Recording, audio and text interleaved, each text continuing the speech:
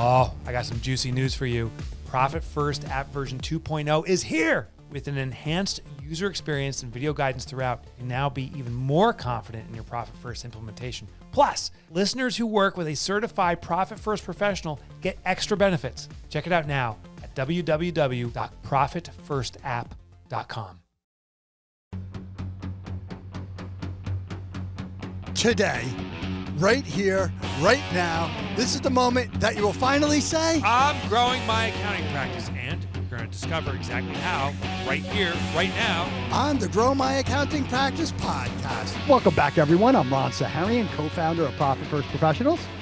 And I'm Liz Sporn, a guide here at Profit First Professionals. And I'm Mike Michalowicz, the third wheel here at Profit First Professionals, author of Profit First and a brand new book called The Money Habit. You, my friend, are listening to GMAP, that stands for Grow My Accounting Practice. If you're an accountant, bookkeeper, or business coach, you are welcomed home because we're going to talk about growing your practice. We do it through a great guest interview. Dana Staszkiewicz has joined us today. We're going to talk about scaling a business, how she's doing the trades, but also how it applies to your business. Ron's got some insider access. I got GMAP Now task, and Liz has a trippy question. Yeah, guys, and thank you, Relay. Relay is sponsoring this episode, guys, so make sure if you want to bank like Mike, open up those Relay bank accounts, right, guys? Additionally, don't forget to review and subscribe to the Grow My Accounting Practice podcast. That way you'll never miss a wonderful episode. Do we have I know we'll put a link in the show notes. Do we have a special link that people can use with Profit First, Ron, for Relay that you know of? It's on our website. We have a whole web page. There's okay, a whole so it'll be in Relay our show page notes. on I didn't the know if we site. had a special one. Oh yeah, Yes. Profit First Relay. It'll be in the show notes, and all our sponsors will be in the show notes as well. Yeah. Perfect. Yeah, so just click on that link. Yeah. So little exciting news for the Michalowicz clan. My son's texting me as we're talking. He's arrived in Salt Lake City. He has his job out there. He's working virtually. He's now in person, and he's got his own private cubicle. Oh, it's so exciting. Are you going to buy him a fake plant? Yes, a fake plant. He needs a fake plant for his cubicle. Did they drive out there? Yeah, he drove from New Jersey with two buddies who are also heading out that way over 7 days. They stopped at a wedding on the way. So it was a 1 week trip via U-Haul. So he's got his own cubicle, or is he sharing one? No, he's got his own private, brand new to him cubicle. Yeah. So he's excited. Yeah, I never actually worked in a cubicle. Really? Yeah. Where'd you work? I always had my own office. Hold on, what do you mean? Like you've never had a job in a cubicle? You never had a cubicle? Nope. Oh, aren't that you crazy? special? Aren't you special? Sort of a big deal. I mean, this in here is like the most cubicle-y thing I've ever done. Oh, a private office that overlooks into New York City? That one? Right. Yeah. Mike's old office. That's the one. But you had it to yourself, friend. We have aunts, Aaron, and Jess in there. Yeah. Ants. Yeah. You don't ants forget the flies. Read the ladybugs and the flies. Yeah. It's a gorgeous space. It's much better suited for you guys than it ever was for me. So that's awesome. It is beautiful. Yeah. It is beautiful. And Ron, last question goes to you. Did you ever work in a cubicle? Yes. I worked in, actually, you know what? I worked in a pit where desks were in a row and facing each other. So there was no dividers or anything. And then, I did work in a cubicle in the city for about a minute.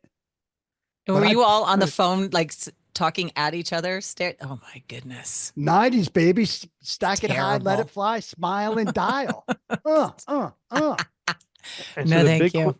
The big question that's going to be coming up as we bring our guest on is it a necessity to have a cubicle to grow and scale your business? Her name is Dana Staszkiewicz, and she is the co-founder of the Opus Golds Group, where she helps trade businesses scale, transition, and succeed, drawing on her experience leading all hours plumbing from 12 mil to 20 mil before a successful exit. She also mentors women in leadership through private groups and her podcast, The Trades Accelerator, while staying hands-on in business and community life. With no further ado, join me in welcoming Dana to our show. Oh my. Hey, Dana. Hi, guys. Hi, Dana. Thanks for being here. Thanks for having me. I have a question because since we share the same four letters in our name, the final four, the WITS part, do you know what that stands for in Polish, WICZ? I do not. Profit. Yes. It means son of. Oh. So Son of. yeah, so I'm actually son of Michael. So I'm Michael, son of Michael. So Junior. So your family Dana name is son of Statsky. Statsky. Ooh, like a Sasquatch, maybe. Yeah. Oh, I maybe you're a know, son of a Sasquatch, or you're maybe. But we yeah. would say Stasky. Like when we were younger, when we couldn't say our last name, we would be Stasky. Hmm. Stasky. That makes All sense. right. There you And go. to answer your question, yes, I worked in a cubicle for 13 years. Oh, brilliant. It's a long time. Well, Yeah, let's get right with into the no topic then windows. of No cubicles and window. Oh growing. my goodness. I think cubicles were designed for efficiency to some sake. You can pack people in a room. Is that part of scaling? Is there philosophies, even how you lay out spaces today or your virtual spaces? Is that part of the scaling game, Dana? I think like for each individual person, for me, like I'm a city girl, so I'm overlooking the highway and buildings right now. Like that's what lights me up. Other people it would probably drive them crazy. And maybe cubicles will allow them to be super focused because their heads down. Maybe that was the theory. I was a corporate retail buyer at the time. And so we had stuff everywhere and we were very focused. So I think it just depends on the individual. So Go Ron. I heard retail. Sorry, Mike. I heard retail. How are we talking about scaling a plumbing company from 12 to 20? I mean, Yes. how did that happen? Exactly, right? That's what everyone always wants to know. Yeah. So yeah, actually my background is in retail management and fashion merchandising. So everything on how you shop in a store, what you see, what you smell, how the product's merchandised, all of that. That's what I went to school for. And so you might like, wait, what? I can like import products from different parts of the world, all of that. And I also have an ad agency background. So everything, all brand. I worked with Fortune 50 companies. And again, you're like, what in the world? You can maybe see that one, but actually all of it together works really well. So when my brother, who owned his company at the time, he's a plumber, master plumber, and he came and was talking to me about marketing. I'm like, what is your person doing? He's like, Dana, just come work for me. And that's how it began. And so I went in, no job description, nothing. He just knew that he wanted to get out of the day-to-day. And we both, like, I flew from Michigan to Salt Lake, and we both felt like, yeah, this is right. We have no idea why, but we both felt it. And then I just came in and observed for the good 6-9 months, learned the industry, and just like started out in my natural habitat, which was marketing. I redid his logo, started working in Service Titan, started asking lots and lots of questions. I was a new perspective. And so things just kind of went from there. I just continued to learn more, build more, won over the team. Because of course they were like, who are you? They all thought I was the mole. I just found that out recently. That's I was awesome. like, what? That's great. I love that. You're like, yeah, I could be. Yeah, exactly. You just know. never know. And so, I mean, yeah. So, I mean, it all works together because ultimately it's the same thing. Like I went to school for a customer journey. And so what I was doing in all hours was the client journey. It's one of the first questions I asked is like, what is the client journey? I need to understand that. And they all just kind of looked at me like I was foreign. They're like, wait, what are you talking about? And so we mapped it out on the whiteboard. And I'm like, okay, so let's talk about the pain points. And so just asking some of those questions, and that's just like, it just went from there. And I have to say, it was my most favorite job ever until now, of course. Like I love what I'm doing now, but I was really sad when we sold the company. When you work with a client and you're helping them scale, do you have to go through certain steps consistently, perhaps in unwinding mistakes or something that you see? Something from our listener standpoint, as they go through a journey with us on this podcast, is there's some obvious things they can look at to scale their business. Yes, absolutely. And you all are going to love the very first thing we ask them. Do they do a budget? Do they have a budget? Do they plan? Because that is so critical. If they don't have that, we can't work with them because you have to understand where you're going to go to understand how to get there. So you're here, this is where you have to see that vision. They want to be 5 million, 3 million, 20 million, whatever that number is. and where are they at currently, then we work on everything in between. But there's a lot involved there, depending on the size of their business. Like for us, we knew by day how many calls we needed, how many calls we had to convert, like literal phone calls. We knew how many of our service experts had to take their calls and convert them. Like we had it all down to a science. And that does not come easily. We also knew how much it cost to run every single truck. And all of our people knew that. Like, so we did heavy duty budgeting, but that isn't the way it was always done. When I started and asked to see a P&L, my brother's like, I think we've looked at it a couple times. What's a P&L? Yeah. Exactly. And most owners are like that. And he's like, I just know I open the bank app and look at what's in there. I mean, it's pretty amazing that someone can get to 12 million doing that. How common is that? It's actually more common than you realize. We have a client that made it to 25 million without a budget. So, okay. So that our actually makes listeners- me so sweaty. That makes me feel really sick. Exactly. Yeah, That's and what I thought. our listeners are accountants and bookkeepers. It sounds like there's an opportunity right there to go in and take charge of the numbers. Once you do that, what do you see next when it comes to scaling typically? Yeah, so it is like budget's number one thing. And then when we work with someone, our very first visit with them, their official onboarding is we go through a whole process. It's essentially a SWOT analysis. So we're looking at their strengths, their weaknesses, their opportunities, and threats. And that helps us build what the next step is. Like, what are the steps? So again, they want to get to 5 million. They're currently at 3.5.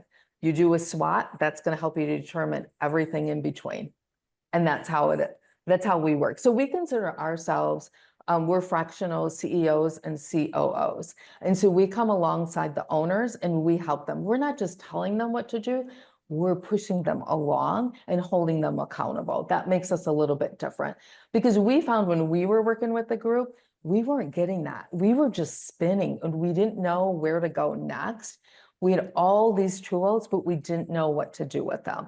And that's what makes us different. So where do you see most trades deficient, and what's holding them back? Why aren't they scaling? It's budget. Like most of them don't know their numbers. And so they may think, oh, hey, I'm making 10 million.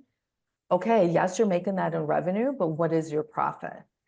And so I can tell you in our clients that a lot of them, when we initially talk to them, they will say, well, I'm making this. And, they'll be proud, which they should be proud. But if your revenue is down in single digits or non-existent, that's a lot of working for nothing. Yeah. Most of them Yes. don't know what their profit is, so they don't even realize that. So they're just kind of like guessing and throwing things here and there and all around to really even know what's going on.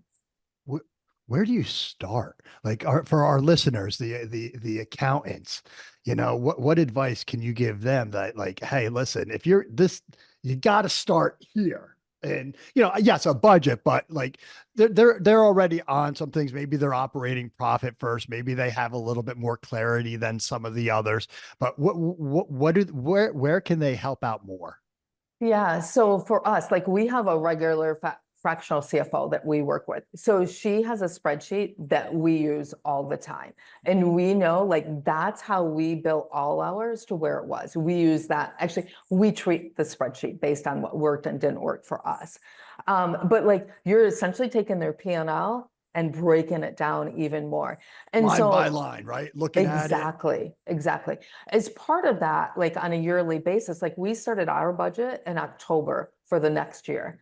And so as part of that process, we're looking at every employee and we're determining, for us at the time, we had 130 employees. We were looking at 130 employees and we were deciding, do they have it? Do they want it? Do they get it? If not, like, are they in the bottom 20, 80? Like, where do they sit on that list? Because then that was helping us focus for the year on them. Are we leveling them up or out? Like, so it's not just looking at numbers, but it's all tied together, because you also need to determine, okay, so if you are at 3.5 and want to get to 5, how many new positions do you want to get to? How many trucks do you want to buy? Like, what does all of that look like? So if you have plumbing right now, do you want to add HVAC? Do you want to add, like for us, we had fireplaces as well. Like, you need to plan all that out. You need to know how much revenue you need to make in order to bring the next person on. You need to know how much you're spending on marketing, and is it the right thing that you're spending on marketing for the best ROI? We were always evaluating all of that stuff. Clearly, data-driven decisions is what the goal is, at what we want to strive to. Where do you start though? Like, is there a particular, like, is software the way to start? Are these trade companies don't have the right systems or processes? Are they neglecting it in that? No, I mean, they all pretty much have their CRMs. Are you talking from a CRM standpoint?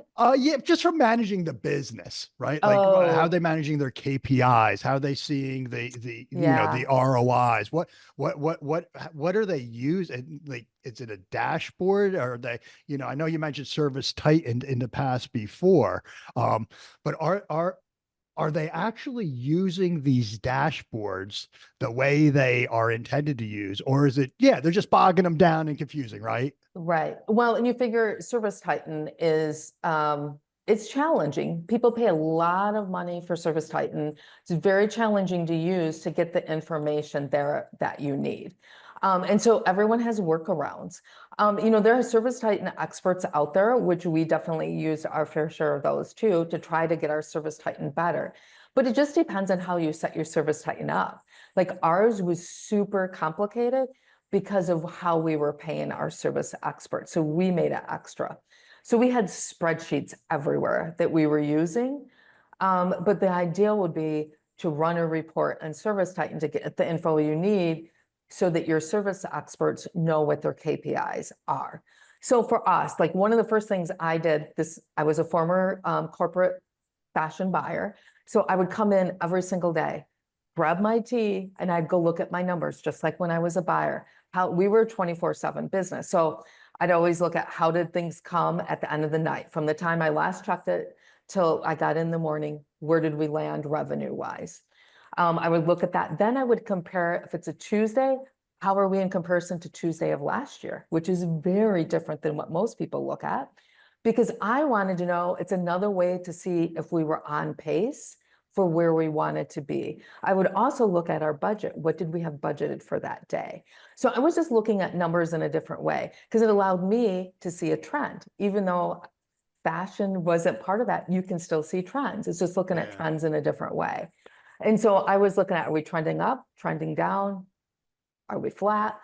And then I would reach out to the directors and say, hey, I'm seeing us trending up. Are we good from an employee perspective? Are we trending down? Where do we need to cut back? Like, no extra hours, no overtime, all of that. Or, hey, do we need to bump up our marketing and what we're spending there? So again, it's my fashion background came very in tune to this and how we would react. So we reviewed our numbers on a monthly basis, but we were never, ever surprised. And that is key. You always want to know and be looking at your numbers so that you are just, exactly what's happening. You aren't waiting till the end of the quarter, the end of the month to make changes and adjust.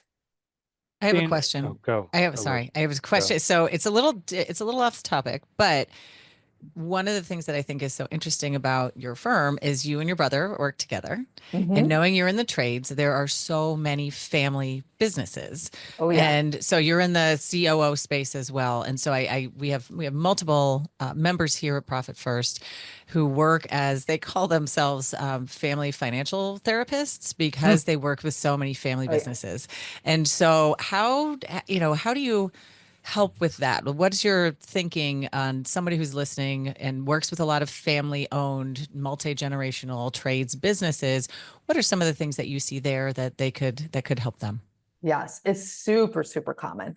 Yeah. I would say right now, 99% of our clients have family members in some sort. So I worked for the business. My brother's stepdad did as well. My daughter worked for me. She was over marketing, our marketing team. We had multiple. I had someone, a family member that reported to me, not my daughter, another family member that I had to let go, and it did not go well. And No. so, yeah. And she's listening right now, by the way. I yes, tried. exactly. I was in a similar role where I had the president. I was reporting to him, and his brother reported to me, and that's Yeah. Yep. It's no joke. So how do And you, this- what's, yeah, this how do was you, an how do you help with in-law that? situation too. And so like, okay, so let's say you're deciding to hire someone with family. I would recommend being super clear. So like when my daughter wanted to work for her uncle and myself, I'm like, here's the thing. The expectations for you are extremely high because you represent me personally, and I run the day-to-day of this company. You represent your uncle's company. Like you have multiple layers of brands in here. So we expect more than the average. We expect exceptional from you. And I'm here to say she was with us till the end. Wonderful. Yeah. Yay. But so we job. had that conversation right up front. And Right. so we were super clear on that. But you know, there are just times like open communication is super important. So when I started for my brother, it was literally a month before COVID happened. And so I remember him and it was a Friday night, probably 11 o'clock at night.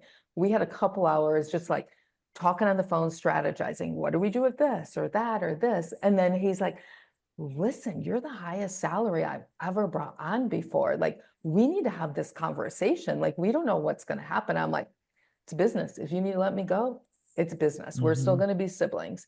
And so you just have to have those conversations.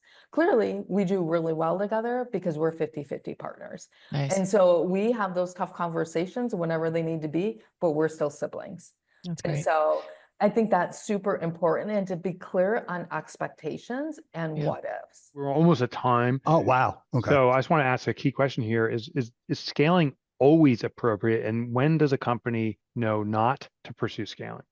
I think it depends on the nature of everything going on and the type of business. Because right now, like, you know, just based on the world and everything else that's gone on for the last 6, 9, 12 months or whatever, we wouldn't be telling someone to go off and be crazy if it wasn't the appropriate for their business. Like, you have to be mindful of those decisions and scaling. Like, you really want to be good at what you do before you start veering off.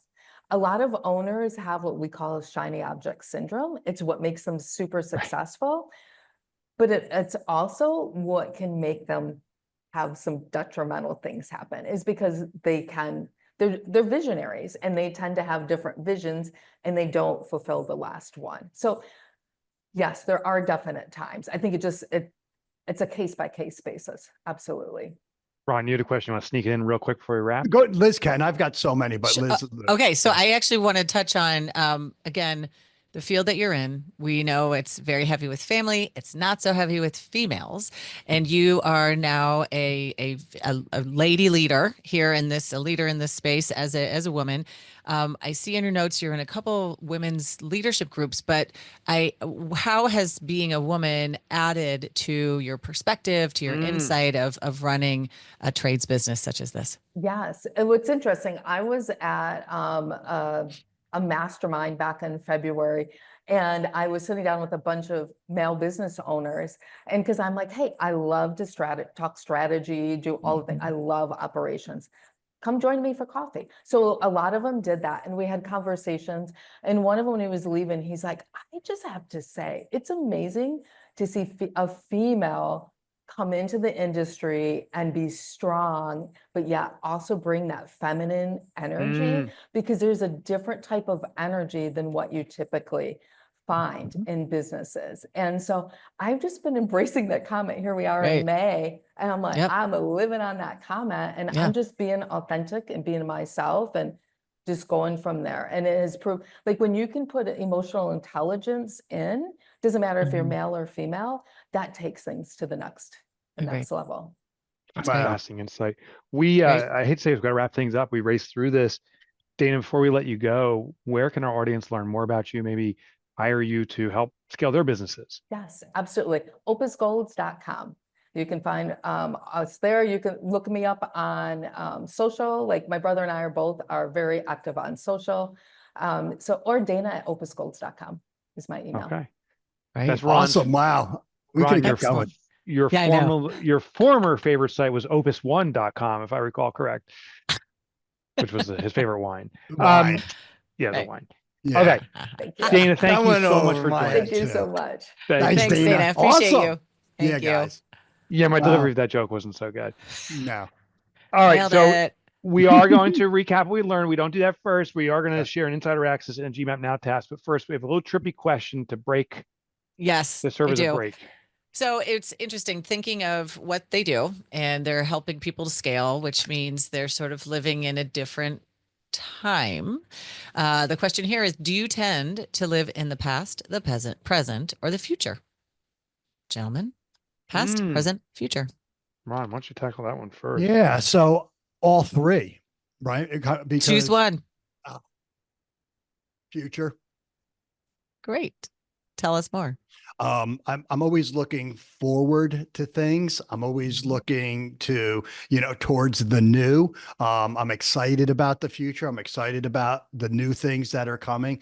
And I've never really dwelled on what's happened in the past, but I do use what's happened in the past to make sure I don't make the same mistakes moving forward. Perfect. Nailed it. I would have guessed that too for you, for sure. Mr. Yes, McCallowitz. I have to my left, you can't see it, but I have a little space. I actually do my daily meditation practice there. And I have a phrase from the Dalai Lama. He said, there are only 2 days in the year that nothing can be done. One is called yesterday and the other is called tomorrow. Nice. So live in the present. And so while that's a great practice, I am with Ron. I lean too much to the future, what's next, as opposed to what's now. Yeah. How about you, Liz? I'm working very hard to be in the present. I have become less good at making future plans, and I'm living far more by the seat of my pants than I used to, which makes me really a little bit nervous. But I think I also tend to live in the future, but I'm trying so hard to be just here, present, and now. Well, now we're going to live in that was a great question. We're going to live in the past now. Let's review what we learned from Dana. Yeah. Yep. Got a couple Liz, things. Oh, you got Ron, you go first then. What do you got? Yeah. I got one of them when Dana first started, customer journey, right? What is it? Some of the folks there didn't even know, everybody's got a customer journey. And in that customer journey, the easiest way to scale is to identify those friction points and smooth them out. Yep. Easy. Duh. Yeah. Nailed it. Yeah. Map it, overlap it, write it out. overlap. What to is the business's journey? What are the friction points? What's the issue here? How about you, Liz? Yep. So I loved how she was describing what she does at the beginning of her day. And so I imagine her having a conversation about, with her clients, having this new leveraging of habits. So here's what Dana said she does. She walks in, she checks her numbers, she looks for trends, she analyzes, she checks against the budget, she looks for opportunities. That's her daily, right? And I can imagine her as a fractional COO or sitting on the board with these folks to be like, all right, let's do our, here's our morning huddle. And it's this checklist of a really great number checklist that they go through. And so I just the simplicity and the directness of use these numbers. These are living, breathing things. We don't check them once a month, every day. I love that. Yeah, I'm with you. With my takeaway was the know your numbers and then you'll never be surprised. That was her exact words. I also liked, she just said it kind of as a quip. She goes, yeah, we look at a Tuesday, we compare it to Tuesday last year. That comparative effect is so important. I think is overlooked. We love to know what you learned too as our listeners. So when you do rate and review us, and we'd be honored if you do, please post your comments about Dana's interview in the rate and review of the show. Awesome. Yeah. All right, Ron, you carry a dangerous weapon with you. There, he's got it sitting there. He's always got it there ready. You should see him drive around his small sports car with that thing sticking out the window. It broke the other day. There's the batteries died or something wrong. Something happened. I charged it. I got it working. Oh, again. All right, They guys. call him Obi-Wan Kenobi, the king of wisdom. What wisdom do you have to crisis share? averted. Crisis averted on that one. So this is you too can change the channel like Dana, like me, like Mike, like Liz. Your previous experience got you to the point of where you are today. That is valuable experience. You can parlay that experience into any field if you're open to it, if you want to learn. But don't think just because you don't have the specific experience that you can't move forward in a new career. Yes, you can. You can turn the channel. Nicely done. I got one more thing for you. So GMAP now tasks. One task, if you do, you see results. Well, it's not so much a task as much as a reminder. So put it on a sticky note. That's your task. So many business owners tell me they're scaling their business. When I ask them, they're not scaling, they're growing. And people confuse these terms. So here's where I want to put you on a sticky note. Growing is where it takes more to get more resources, more time, more effort. Scaling is where it takes less to get more. That's the definition of leverage. Stop growing, start scaling. Nice. Wow. Awesome. Fantastic. Yeah, guys. Well, thank you, Dana. Thank you, listeners. Guys, don't forget to review and subscribe to the Grow My Accounting Practice podcast, as well as, Liz, what do they also need to do?